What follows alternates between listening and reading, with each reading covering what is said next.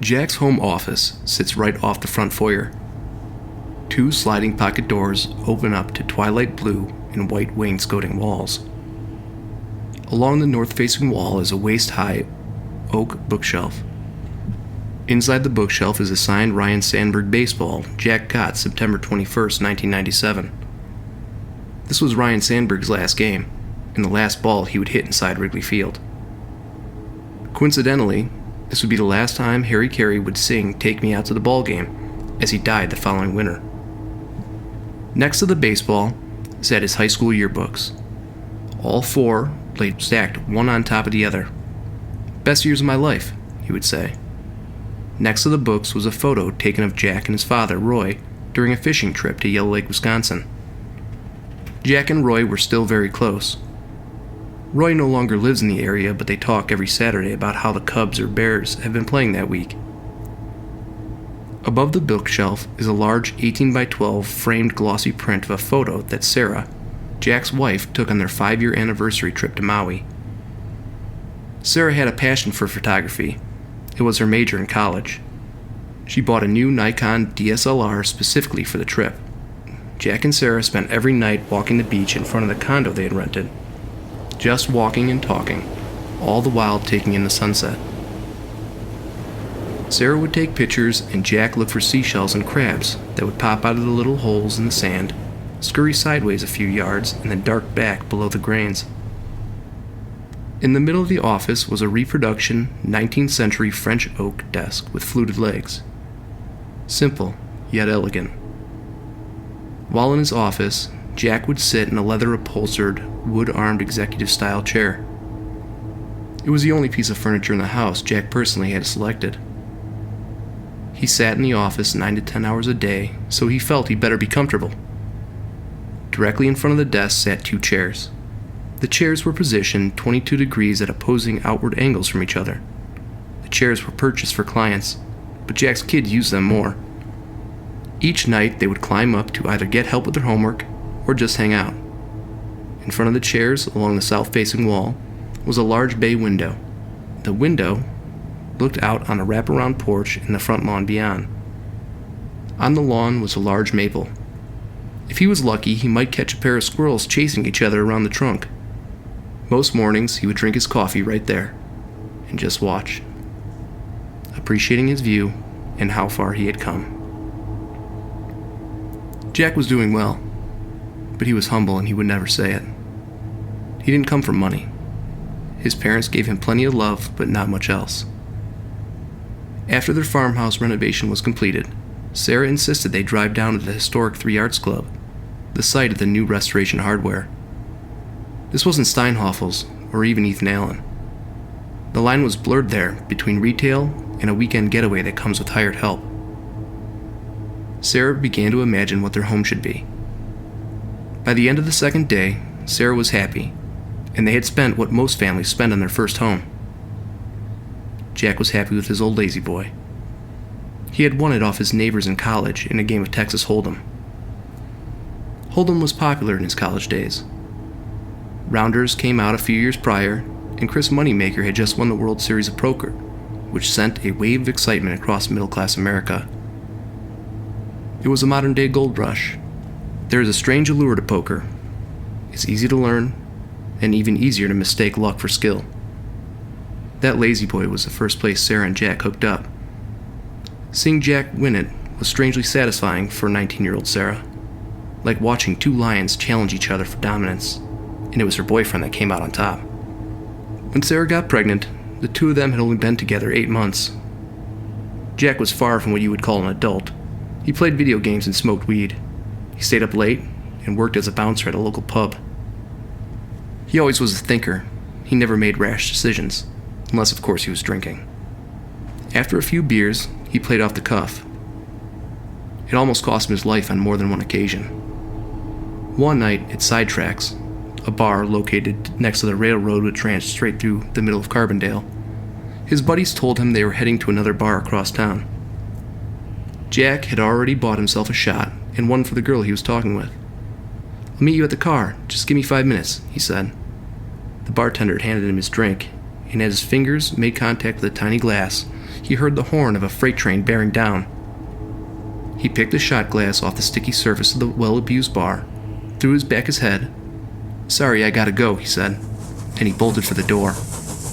He jumped on the stairs and headed west down Main. The crossing gates were down, but he didn't stop. He looked to his right and saw the light on top of the train. The conductor probably shit himself as he grabbed for the air horn, not knowing if he was about to take the young man's life. His friends would tell this story for years and say how they lost him underneath the light as the train passed. Sober, he was calm and calculated. Drunk, he was stupid and bold. A risk-taker. Everything changed when his son was born. They named him Roy Jr., but everyone called him RJ. Jack never drank again, not like he had with his friends in college. Jack knew he couldn't be that guy anymore. He cut ties with his friends. His friends were living different lives. He was changing diapers, and they weren't changing. Jack accepted a job as a runner for the Chicago Board of Trade. He loved the city. In another life, he may have lived there, but he had a family now and that wouldn't work. The cost of private school alone would be more than he was making as a runner. He would get off at Union Station and walk past the roaring engine of the train down the long corridor up the stairs to Madison Avenue. It was there he would pause, take a deep breath. There was something he loved about the city in the morning. It was the smell of commerce, the smell of tires, exhaust fumes, grime, and the stench of moving people. Jack, being a college dropout, knew he couldn't go any higher working there, so he studied at home. He was good at math, and trading came natural. He managed to save a few $1,000s and opened up an account with an online broker. He still worked as a runner, but read earnings reports at night. He made some good calls and some even better puts. He managed to get a little backing from some of the traders he had met on the trading floor. Jack turned $200,000 into $4 million buying puts against Citibank during the collapse of the financial sector in 2008. After he made everyone even, he was 25 with $1.4 million in the bank. Jack quit his job and opened J&R Capital. His life would change again in 2013 with the birth of his daughter, Lucy. RJ and Jack were close, but there was something very special about the father-daughter relationship. He loved that little girl with all his heart. Around this time, the markets lost their volatility and began trending sideways. Jack had more and more free time, during which Jack became increasingly interested in genealogy. He bought a subscription to Ancestry.com, but the more he looked, the more confused it all became. Jack's last name was Smith. Being the most common last name in America certainly had its drawbacks when attempting to map out his family tree. Jack was sitting at his desk, going over the downward trend lines of Chesapeake Energy when his wife came in. "Happy birthday, sweetie," Sarah said as she handed him a wrapped present. Jack was excited because Sarah always gave the best presents. During Jack's childhood, his parents asked what he wanted, and that's what he got. There was never a surprise. Sarah didn't do that. She paid attention all year and would come up with the most unexpected, yet so thoughtful and useful gifts. Jack gently tore at the blue and yellow striped package. A white square box that read 23andMe. "This is amazing." "Do you like it?" Sarah asked. "It's the combo one. It checks for certain genetic markers. Don't ask me which ones. And it also puts you in a database which shows you your close relatives." "I do," Jack smiled. "I really do." "All right, we really should get going."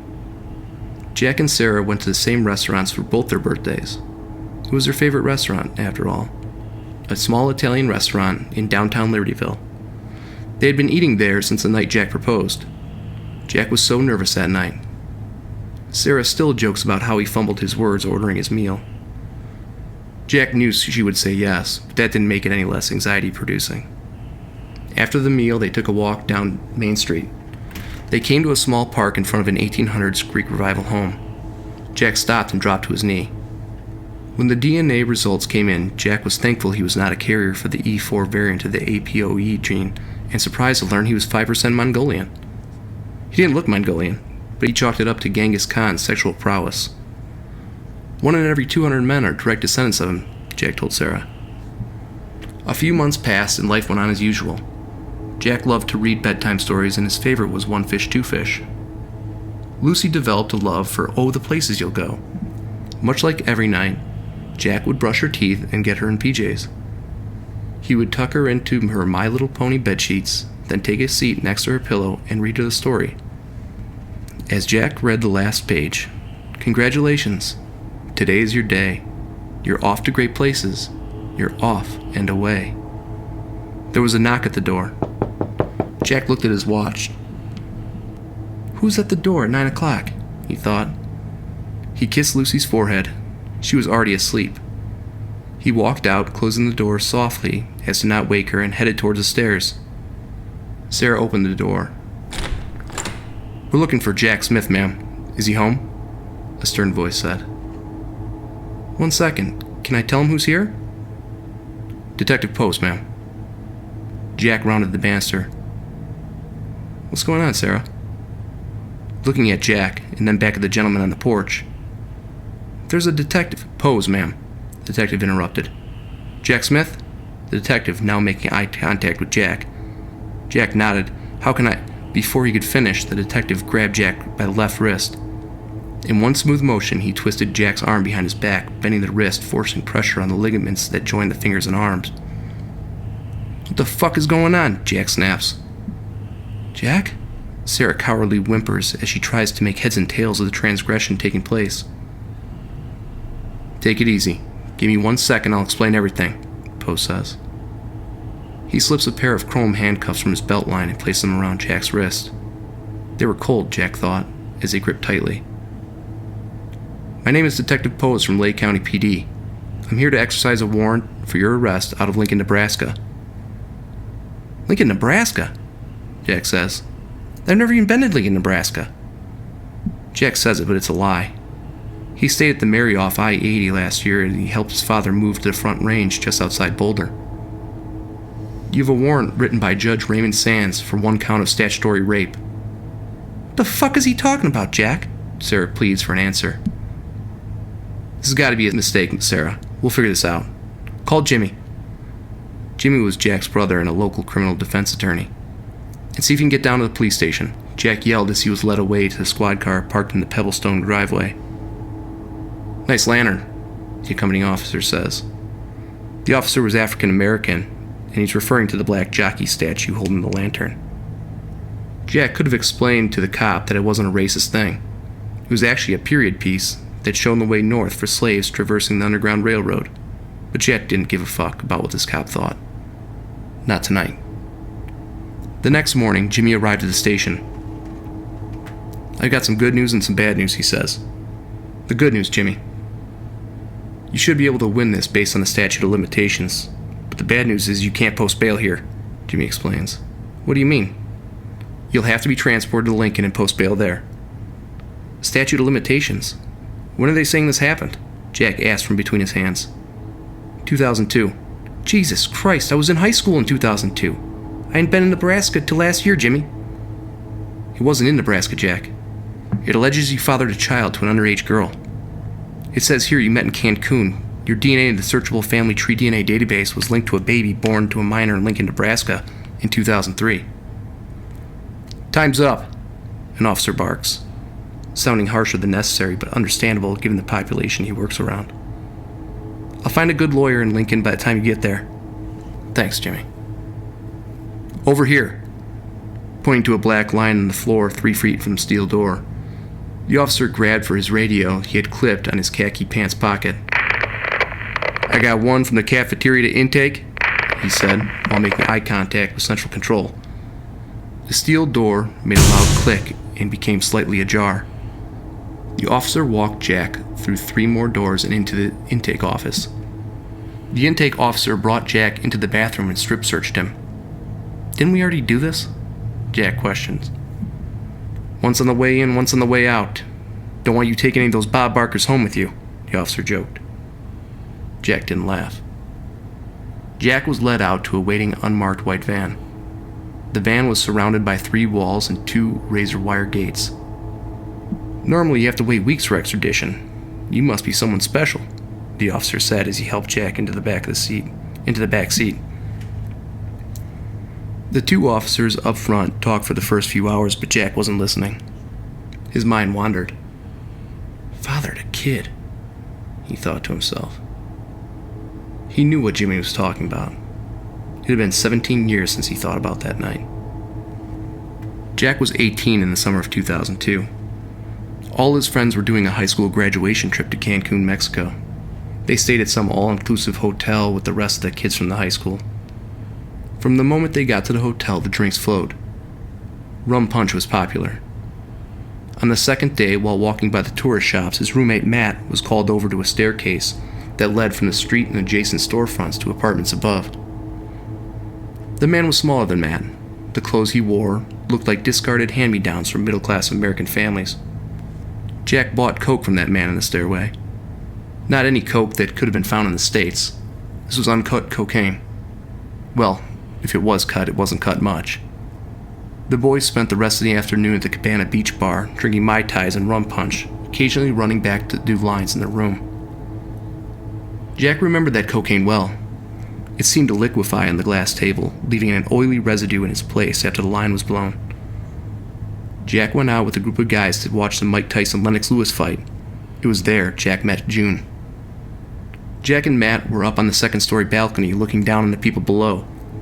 Jack bought a table and a bottle of vodka. It was a show of prestige, but it worked. As the fight ended, Jack saw June below. She wore a faded Dead Kennedys half shirt and a plaid red skirt. Her hair was curly, more so by the humidity. It was short, like a 1920s flapper, but it had much more volume. She was either way behind or way before her time. Her cheeks had light freckles which accented her olive skin. She was standing with a group of girls and guys. He motioned to her to come up. June, not wanting to go alone, grabbed her friend. June and Jack danced and laughed all night. They both lost track of their friends. The night ended when June, dancing on the high top, lost her balance. Jack caught her, but both fell to the ground. They smiled deeply into each other's eyes. "I should find my friends," June said. "Come on," and she grabbed Jack by the hand. They walked through the bar until June finally asked, "Will you walk me back to my hotel? I don't know where everyone went." And they hopped a bus that led from Senior Frogs to the hotel side of the city. The bus was packed. They kissed the whole ride, while the other drunks sang a cappella with each other. Jack was drunk. PDA wasn't his thing. He thought it was trashy. But Jack had been drunk since noon and was only awake thanks to cocaine and his teenage hormones. Their stop was a block from the hotel. June grabbed for his hand. "This way," she said, as she took the lead. The hotel was nicer than his, not as loud. It must have catered to a different set of people. June brought Jack to the second floor. "My room's right over here." In pure alcohol-fueled passion, they kissed. She was shorter than he was. All his girlfriends were. She opened the door. Noticing the lights were off, she turned. "Shh, my friends are sleeping." This was it, Jack thought. This was actually happening. Still holding his hand, she opened the door. As she disappeared into the shadow, she turned and put her finger to her lip. She pulled him inside. It was pitch black in the room as June led the way to the sliding glass door. There were no chairs. Jack sat down with his back to the wall. June sat down next to Jack. There was a short pause as they both figured out how to proceed. Jack leaned in and kissed her. One awkward position after another, and June found herself on top. She stopped kissing, leaned back, grabbing Jack's left wrist as she began to roll to the side. She slid her underwear off, exposing a full, unmanaged bush, which was unusual for 2002, but it turned him on. Jack pulled out a condom, slipped it on, and sank down onto her. She moaned. 7 minutes later, thanks to the whiskey, it was over. He rolled over and laid there for a moment. When Jack reached down to take off the condom, he found it wasn't there. It must have fallen off after we were done, he thought. "I should probably go. You want to hang out tomorrow?" Jack asked. "Yeah," June said. "Let me go to the bathroom, and I'll meet you outside and give you my number." They got up, quietly slid the heavy glass door open, and walked into the pitch black. June went into the bathroom. Jack making his way through the room when a voice came through the darkness. "I think you better leave," it said. "That's my sister. She's 15. June was still in the bathroom, but Jack took the stranger at his word. He left out the front door. What the fuck? He thought.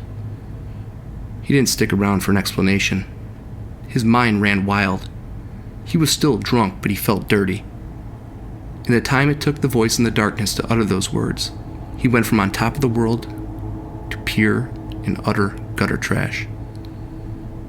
There's no way she's 15. There's no fucking way. She's in a bar drinking with friends. Where the fuck are her parents? Well, maybe he's just fucking with me. Jack thought the whole walk back to his hotel. The next morning, Matt and Jack had bacon, hash browns, and mimosas for breakfast. Jack never saw June again. All rise. The bailiff's voice rang out. The Honorable Judge Raymond Sands presiding. You may all be seated. Jack looked around. His wife sat behind him, never thinking she would see the day her husband would stand trial for rape. June's parents had pressed charges the day they found out June was pregnant. The detective took down the notes, but it was clear there was little that could be done. 10 years went by before science came round. They were able to send the child's DNA into the family tree DNA database, but there were no hits. 5 years went by before their parents got the call they'd been waiting for. Hello? Jack took a plea bargain. He couldn't risk 10 years. He would serve 2 years with credit for time served. Jack was shuffled off to the Lincoln Correctional Center. He wouldn't pass go. He wouldn't collect $200. His wife went back home. He was all alone. It was Jack's 14th day. The officer, calling the inmates' names that had visitors. Jack Smith, the officer shouted, line up. When he arrived in the visiting room, he hardly recognized the face of the woman in front of him. She had tight blue jeans that were ripped at the knees and an old Pantera shirt. The woman stood up and turned to walk away. June? Jack quietly asked. The woman turned round. Please, sit back down. Jack's world would never be the same. His home life was in shambles. He still had 699 days left. There was a 17-year-old out there that may or may not want to meet him. There was back child support he owed. He looked at her freckles. It was the girl from all those years before. He wanted to know all about her life. Can we talk? She smiled and took a seat across from him.